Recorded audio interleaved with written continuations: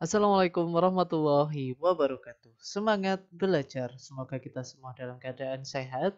Berjumpa lagi dengan saya Pak Erik. Hari ini kita akan belajar tema 6, panas dan perpindahannya. Subtema 3, pengaruh kalor terhadap kehidupan. Mata pelajaran SPDP tentang teknik pewarnaan gambar cerita.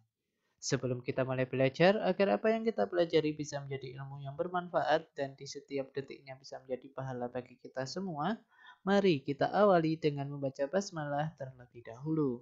Bismillahirrahmanirrahim. Oke, alhamdulillah. Tujuan pembelajaran pada pertemuan kita kali ini yaitu mengetahui tentang gambar cerita dan teknik pewarnaannya. Kita langsung ke materi. Gambar cerita. Gambar cerita adalah gambar yang menceritakan suatu adegan atau peristiwa. Sebuah gambar cerita harus memiliki gagasan atau tema yang jelas sesuai dengan cerita. Fungsi gambar cerita antara lain untuk memperjelas alur atau isi cerita, untuk memperjelas isi pesan dalam promosi suatu barang, untuk menarik perhatian dan untuk menambah nilai artistik atau keindahan, serta sarana untuk mengungkapkan perasaan penggambarnya. Gambar cerita sering ditemukan dalam buku cerita, majalah, buku pelajaran, poster, dan brosur. Menggambar cerita dapat dilakukan dengan teknik kering dan teknik basah. Teknik menggambar cerita menurut jenis medianya. Ada dua, yaitu yang pertama teknik basah. Yaitu teknik menggambar yang menggunakan media pengencer seperti tinta, cat air, cat minyak, cat poster, dan tinta bak atau tinta Cina.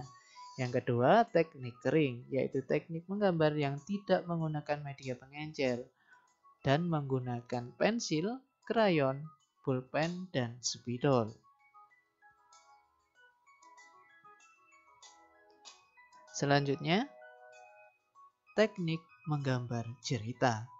Yang pertama ada teknik arsir, yaitu teknik yang dibuat dengan cara menorehkan pensil, spidol, atau pulpen dalam bentuk garis-garis berulang yang menimbulkan kesan gelap terang dan kesan adanya dimensi. Teknik yang kedua adalah teknik blok, yaitu teknik menutup gambar dengan menggunakan satu warna sehingga menimbulkan kesan siluet atau blok. Yang ketiga adalah teknik pointillis, yaitu teknik menggambar titik-titik berulang kali sehingga objek yang diinginkan terbentuk. Kerapatan penyusunan titik-titik akan menentukan gelap terang suatu objek sehingga menimbulkan kesan adanya dimensi.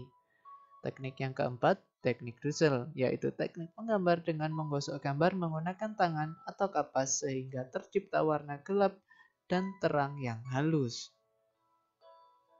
Teknik yang kelima, teknik akuarel atau transparan, yaitu teknik menggambar dengan cara menggunakan cat air dengan sapuan warna yang tipis, sehingga hasilnya terlihat transparan atau tembus pandang. Teknik ini bisa menggunakan bahan dengan campuran air di atas kertas, kain, atau bidang lainnya. Teknik yang terakhir yaitu teknik plakat, yaitu teknik menggambar dengan cara menggunakan cat poster atau cat air dengan sapuan warna yang tebal, sehingga hasilnya terlihat pekat, rapat, dan menutup. Kesimpulan pada pembelajaran kita kali ini yaitu gambar cerita adalah gambar yang menceritakan suatu adegan atau peristiwa. Sebuah gambar cerita harus memiliki gagasan atau tema yang jelas sesuai dengan cerita. Gambar cerita sering ditemukan dalam buku cerita, majalah, buku pelajaran, poster, dan brosur.